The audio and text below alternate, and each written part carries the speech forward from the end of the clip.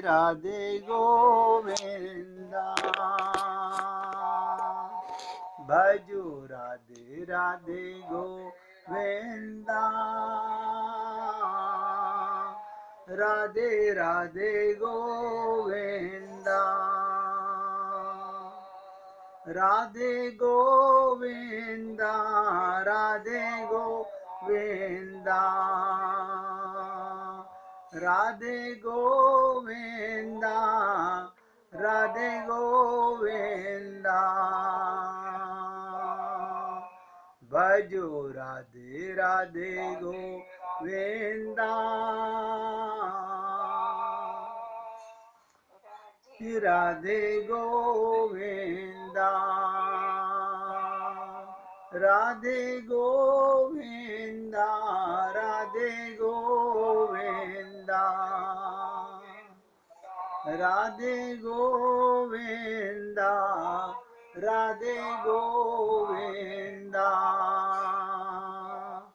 भजो राधे राधे गोविंदा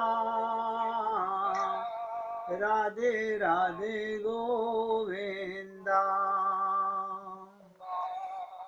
अब ध्यान से सुनिएगा, जो मैंने आपके साथ चर्चा की स्वार्थ के लिए। अब जब मैं यही नहीं जानता कि मैं कौन हूं, तो मेरे से मिलन होगा कैसे? आप और हम लोग भगवान आप में मिलते नहीं।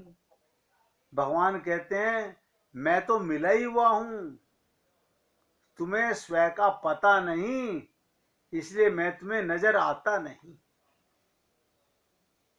भगवान हमसे कभी विमुख था नहीं, विमुख है नहीं, विमुख हो सकता भी नहीं। भगवान में ताकत ही नहीं है कि आपका त्याग कर सके। सोचिएगा, हम ही अपने आप को नहीं जानते, सदा भूले रहते हैं। कभी मैं माँ बन जाती हूँ, कभी मैं दादी बन जाती हूँ, कभी मैं पत्नी बन जाती हूँ, कभी मैं बेटी बन जाती हूँ। अरे वो लीला में, संसार में, लेकिन अपनी पर्सनैलिटी को, आत्मा को आप भूल कैसे जाते हैं? क्योंकि हमें स्वयं का ज्ञान नहीं है, इसीलिए मैं का मतलब हमें समझ आता नहीं कि स्वार्थ क्या है। हम तो स्वार्थ माने मतलब, हम कहते हैं बड़ा मतलबी है। हम लोग, स्वार्थ के दो शब्द हैं। स्वार्थ का एक गलत अर्थ भी है जो संसार में बहुत प्रचलित है। अब धर्म किसे कहते हैं? धर्मज्ञ कौन है? जिसने भीतर की ज्योत को जगा लिया, यानी स्वयं को जान लिया। जगाने का मतलब जान लेना। अब हमें स्वयं का ज्ञान नहीं तो अर्थ का क्या ज्ञान होगा? हम स्वार्थ को क्या जाने? हम तो शरीर जानकर संसार को ही स्वार्थ समझते हैं अपना। जिसने जीवन के नियम को पहचान लिया, जिसने जागने में थोड़ी सी स्थिति संभाल ली, जिसकी लौ, ध्यान से सुनो, जिसकी लौ अकंप जलने लगी, लौ अब हिलती नहीं है, ऐसा आत्मज्ञान हो गया। हर जगह आत्मज्ञान में रहना। शोक सभा में गए तो भी आत्मज्ञान है, किसी की शादी में गए तो भी आत्मज्ञान है। कहीं भी जाइए, आप बताइए ऐसी कोई जगह जहां आप जाते और आत्मा नहीं रहते? आप अपने घर के जिस कमरे में जाते हो वहीं परमात्मा आपके साथ जाता है। उस बेचारे को तो आप पहचान ही नहीं पा रहे, तुम्हारे पीछे पीछे भटक रहा है, साथ साथ चल रहा है। लौ अकंप जलने लगे, अब हिलती नहीं, डुलती नहीं, डावा डोल नहीं हो सकती। हमारा मन भटकाव में रहता है।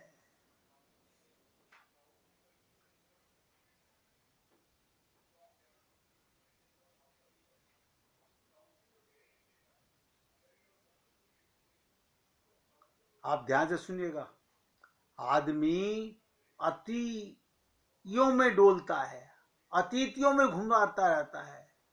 भोग की भी एक अति होती है। अति माने, समझ रहे हैं अति माने क्या होता है?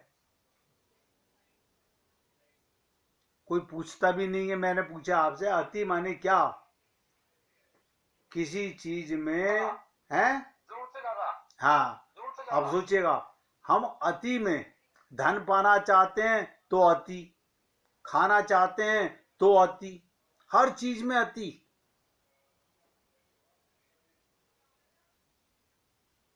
अगर मूढ़ता त्याग से मिटती होती तो बड़ा आसान मामला था। उपवास कर लेते हैं और समझते हम ज्ञानी हो गए।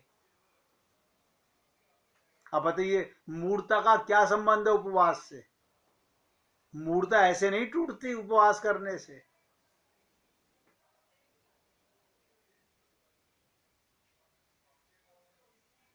मूढ़ कहते हैं, तुम अगर मूढ़ हो और त्यागी हो गए तो मूढ़ त्यागी के रहेंगे, बस इतना ही फर्क पड़ेगा। पहली मूढ़ भोगी थे, अब मूढ़ त्यागी हो गए। मूढ़ तो मूढ़ ही रहा, त्याग और भोग का सवाल ही नहीं है। असली क्रांति, ध्यान दो, असली जागृति, असली होश क्या है? भोग को त्याग में बदलने में नहीं है। लोग कहते हैं पहले हम भोगी थे, अब हम त्यागी हो गए, अब तुम संत महात्मा हो गए। ना ना, ये किस मूर्ख ने समझा दिया? मुख है तो भोजन करोगे, आंख है तो दर्शन करोगे, कान है तो शब्द सुनोगे, ये इंद्रियां सब काम करेंगी। असली चीज था आत्मबोध हो गया, शरीर का उपयोग हो गया। हमें आत्मबोध नहीं होता। इसीलिए आपसे चर्चा कर रहा था कि हम असली स्वार्थ को कैसे जानेंगे। अब आप देखिएगा, छोटी सी बात समझिएगा, हम किसी गरीब आदमी को बोझ ढोता हुआ देखते हैं, हमें दया आती है ना? हमें दया, हम किसी गरीब आदमी को बोझ ढोते हुए देखते हैं, हमें बड़ी दया आती है। तो अमीर आदमी को बोझ ढोते नहीं देखा होगा, किसी अमीर आदमी को बोझ ढोते हुए नहीं देखा होगा, उसके सर पर कोई बोझ नहीं है। लेकिन आप और हम समझ नहीं सकते उसके मन पर कितना बोझ है। वो शरीर का बोझ तो हमें नजर आता है, ये बहुत खतरनाक बोझ लेके घूम रहा है वो पैसे वाला। उसके बोझ को हमें बाहर तो सूट बूट नजर आ रहा है, अंदर का बोझ नजर नहीं आ रहा। गरीब तो जाकर थोड़ी दूर इसको गिरा देगा। ध्यान दो, गरीब ने तो दूसरे का बोझ उठा रखा है। नौकरी करते हैं, मजदूरी करते हैं, 8 घंटे करते हैं, करके चले आते हैं। वो बोझ गिरा करके उठाता है, गिराता है, उठाता है, गिराता है। और ध्यान दो, जितने सेठ हैं सब कारखानों का बोझ लिए रात को सोते हैं।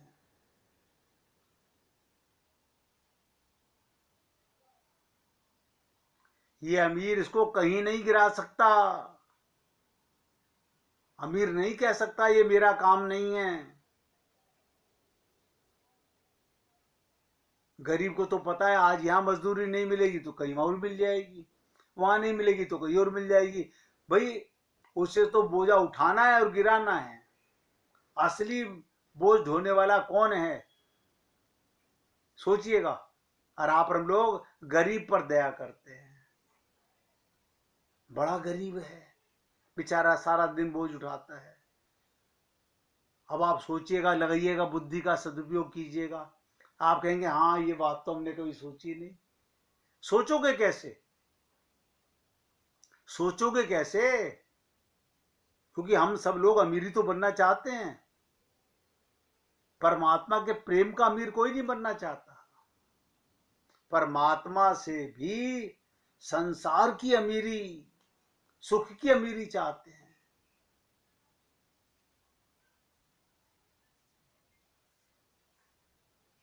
और मैंने आपको क्या कहा, अमीर इसको कहीं नहीं गिरा पाएगा, इसको ढोता ही रहेगा। वो वजन उसके भीतर चला गया। क्या मतलब? अब ध्यान से सुनिएगा, एक गहरी बात बताने जा रहा हूं। पता नहीं भगवान ने ये मौका दिया है बताने का, और मैं कैसे बतलवा रहा है भगवान। ये जितने भी पैसे वाले ये सोच के मरते हैं ना, ये मेरा व्यापार है, ये मेरा धंधा है, वो बोझ छोड़ के नहीं जाते। वो अपने मन में ये दुविधा लेकर के आगे चले जाते हैं। उनका बोझ उतरता कभी नहीं। मजदूर तो यहां से उठाता है, वहां छोड़ देता है।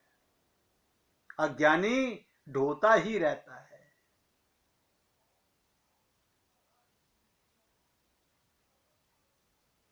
देखिएगा, लोग ज्यादा खाकर दुख पाते हैं, फिर कभी उन्हें थोड़ा होश आता है तो दूसरी अति पर चले जाते हैं। इसलिए एक बड़े मजे की बात, तुम इससे परीक्षा कर सकते हो। जिस धर्म, जिस समाज में ज्यादा भोजन की सुविधा होगी, उसमें उपवास का महत्व होगा। क्योंकि एक अति लोग करेंगे, दूसरी अति की जरूरत पड़ेगी। भूखे रहोगे तो उसका बैलेंस करने के लिए उसका उपयोग भी करोगे। आप सोचिएगा, पैसे वाला और मजदूर को, अब आप समझ लीजिएगा, रात्रि को मजदूर की नींद और अमीर की नींद में क्या फर्क है? वो अधिक पैसे वाला, उसे अधिक सोना चाहिए था। अभी आप और हम लोग अपने को जागा हुआ ना समझें। ये सारी बातें स्वार्थ का पता नहीं, इसके लिए चर्चा कर रहा हूं मैं आपसे। जिस दिन तुम्हें आत्मज्ञान हो जाएगा, आनंद ही आनंद है। क्यों? आनंद मध्य सिंधु तब बासा। परमात्मा की गोदी में बैठे हुए अब रोना काहे का? अब बताइए, अमृत से पुत्र होकर के आत्मा हो, अमर हो, मरने वाले नहीं, मरे कभी नहीं। शरीर मरता है, शरीर का जन्म होता है, और हम हाय हाय करते रहते हैं। अगर कभी इस जीवन में हम में से कोई भी जीव, देखिए मैं तो उम्मीद करता हूं कि सब जागें, अगर हम में से कभी भी जाग गए तो बहुत हैरान होंगे, बहुत हैरान होंगे।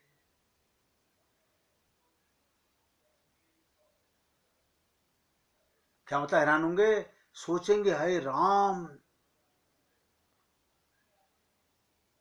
मैं कितना बोझ लेके सोता था, और उठते के साथ ही बोझ फिर मेरी बुद्धि पे आ जाता था।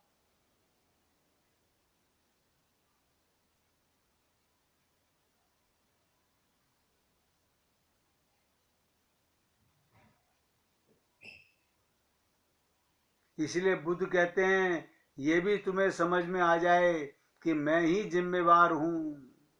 मैंने ही पाप के बीज बोए हैं, और मैंने ही पाप के फल काटे हैं, और दुख काटा और दुख भोगा है। तो ये खतरा, वो खतरा ये कि कहीं तुम दूसरी अति पर ना चले जाओ। व्यक्ति एक ही गलती करता है, एक अति से दूसरी अति पर चला जाता है। क्या करता है? हम एक अति को छोड़ते हैं, अब मैं रोज हवन करूंगा, अब मैं रोज यज्ञ करूंगा। जागने का प्रयत्न नहीं करता।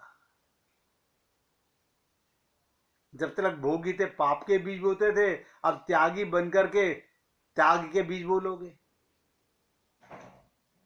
ये जागना नहीं है। जागने का मतलब, मैं परमात्मा की गोदी में था, परमात्मा की गोदी में हूं, और परमात्मा के ही साथ अपने घर वापस जा रहा हूं। तब समझिएगा जागे। अगर आपका अपना पन कहीं फंसा हुआ है तो आप जागे कहां हो? बोझ तो आप ढो ही रहे हो।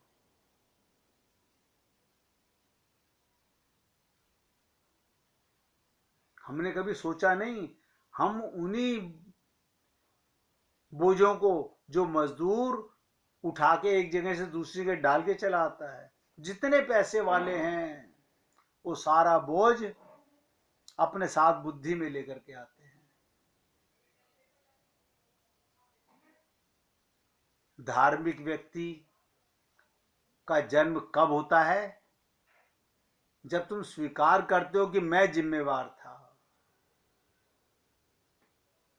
अपनी भूल को स्वीकार कर ले व्यक्ति, अपनी गलती को मान ले। जिस दिन हमने स्वीकार किया कि मैं ही जिम्मेदार था अपनी जिंदगी को बर्बाद करने के लिए, भगवान ने तो मुझे जन्म से ही अपनी प्राप्ति का मौका दिया था। बस समझ लीजिएगा, क्रांति आ गई जीवन के अंदर, इनकलाब आ गया, आप कोई रोक नहीं सकता, क्योंकि तुम जाग चुके हो, क्योंकि तुम खुद के मालिक हुए।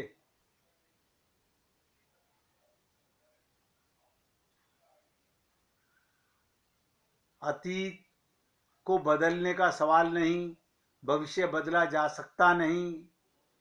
भविष्य बदल गया तो अतीत भी बदल जाएगा, क्योंकि जो अभी भविष्य है, क्योंकि जो अभी भविष्य है कल अतीत हो जाएगा।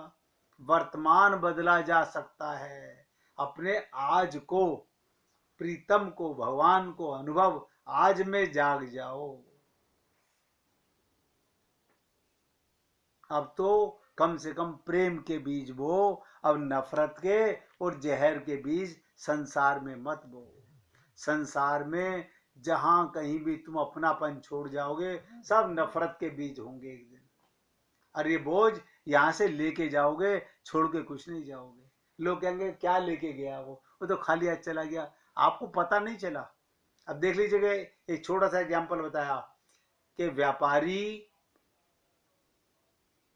दुकान उठा के तो नहीं ला सकता, दुकान का सामान, कारखाने का सामान उठा के तो नहीं ला सकता, लेकिन बुद्धि में सब कुछ साथ लेकर आता है। और मजदूर सुबह नौकरी पर आता है, शाम को छोड़कर चला जाता है।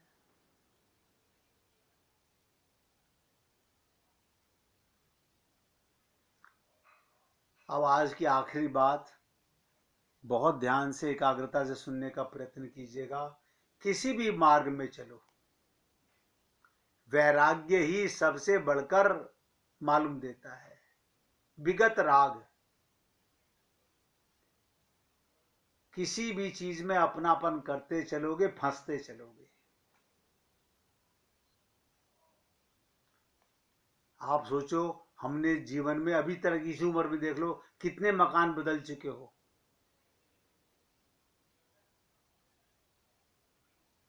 जो बेच दिए, छोड़ दिए, उनसे अपनापन खत्म हो गया। हाँ था, होते हुए भी उसमें अपनापन मत रखो। जो चीज तुम्हारे पास है वो भी इस्तेमाल के लिए, वर्तमान के लिए मिली है, उसे भविष्य में ले जाने का प्रयत्न मत करो। भविष्य में तुम्हें क्या पता कल क्या लिखा है जीवन में। इसलिए किसी भी मार्ग में चलो, वैराग्य ही सबसे बढ़कर मालूम देता है। राग का, आसक्ति का अभाव बहुत मूल्यवान है। अगर राग छूट जाए, आसक्ति छूट जाए, ये दो शब्द नोट कीजिएगा, राग और आसक्ति। जब तक राग और आसक्ति रहेगी संसार में, तब तक वैराग्य नहीं हो सकता। किसी प्रकार भी आसक्ति का भाव हो जाए तो बहुत ठीक हो जाए।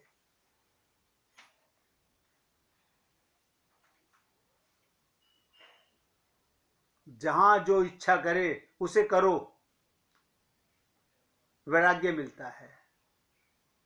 यहां जो इच्छा करे उसे स्वाभाविक वैराग्य होता है। जो चाहा, जो मिल गया वो खा लिया।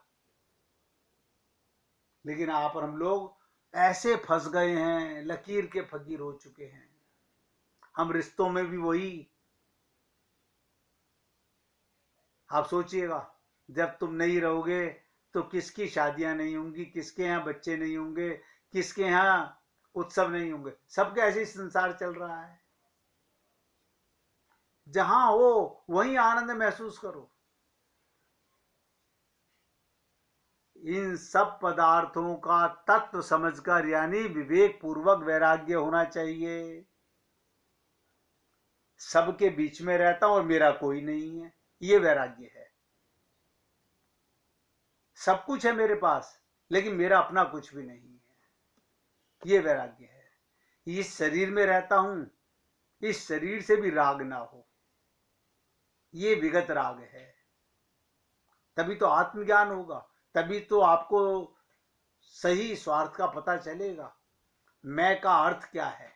आत्मा का अर्थ ध्यान में रखना सदा, भगवान रहते साथ में, जो कि यहाँ पर हम लोग नहीं कर पाते हैं। इसलिए वैराग्य होने से ध्यान प्रत्यक्ष आनंद में होता है। आनंद की गोदी में बैठे में, देखो कमाल की चीज, यहाँ पर हम सब लोग कहाँ पर हैं? आनंद के अंदर, लेकिन दुखी रहते हैं। कारण क्या है? राग है, आसक्ति है, बस ये दो काम है। राग और आसक्ति से व्यक्ति दुखी है। वैराग्य है तो कोई दुख नहीं है। जब तक प्राण है, आप सेवा कर रहे हो, प्राण निकल गए, परमात्मा की लीला खत्म हो गई, जला के खाक किया, खत्म हो गया। लेकिन हम ऐसा नहीं करते। इसी का बोझ हम अनंत जन्मों से ढो रहे हैं और आगे भी ढोते रहेंगे। इसलिए एक शब्द पर मैंने आज से चर्चा आपसे की थी, क्योंकि 4 मास से मैं आपके साथ में जो चर्चा कर रहा था, जब तक अपने स्वरूप का ज्ञान नहीं है, अपने स्वार्थ का ज्ञान नहीं है, अपने स्वयं में स्थित नहीं है, आप और हम सब लोग केवल बोझा ढो रहे हैं। कुछ सालों के बाद ये भी बोझा ढोने लगोगे, मैंने इतने साल से सत्संग सुना है, अब इतने साल का बोझ हो गया सत्संग का।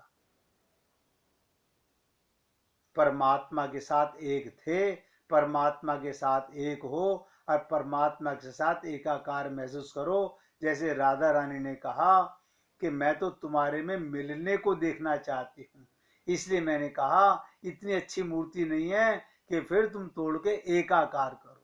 हमेशा अपने आप को परमात्मा के साथ अनुभव करो। इसलिए हे पुण्य आत्माओं, नित्य प्राप्त परमात्मा की प्राप्ति का अनुभव ही भगवत प्राप्ति है। परमात्मा सदा मिला हुआ था, सदा मिला हुआ है, उसे पाने के लिए कहीं नहीं जाना, बस हमें होश में आना है, अपने आप को जगाना है, जो कि आप हम लोग अपने को जागा हुआ ना माने। आज सत्संग को यहाँ विराम दे रहा हूँ, अब इससे आगे चर्चा कल करेंगे। 1 मिनट भगवान के महामंत्र का धुन लगाइएगा। हरे कृष्ण कृष्णा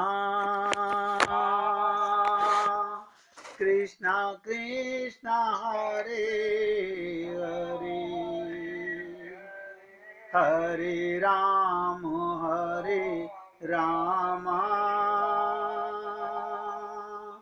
राम राम हरे हरे, हरे कृष्ण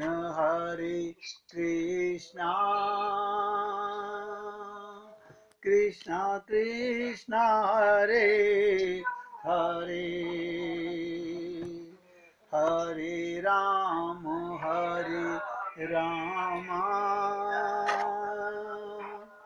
राम राम हरे हरे, हरे कृष्ण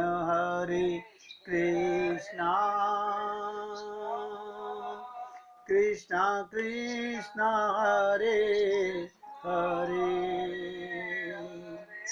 हरे राम राम राम हरे हरे। बोलिए वृंदावन बिहारी लाल की जय, जय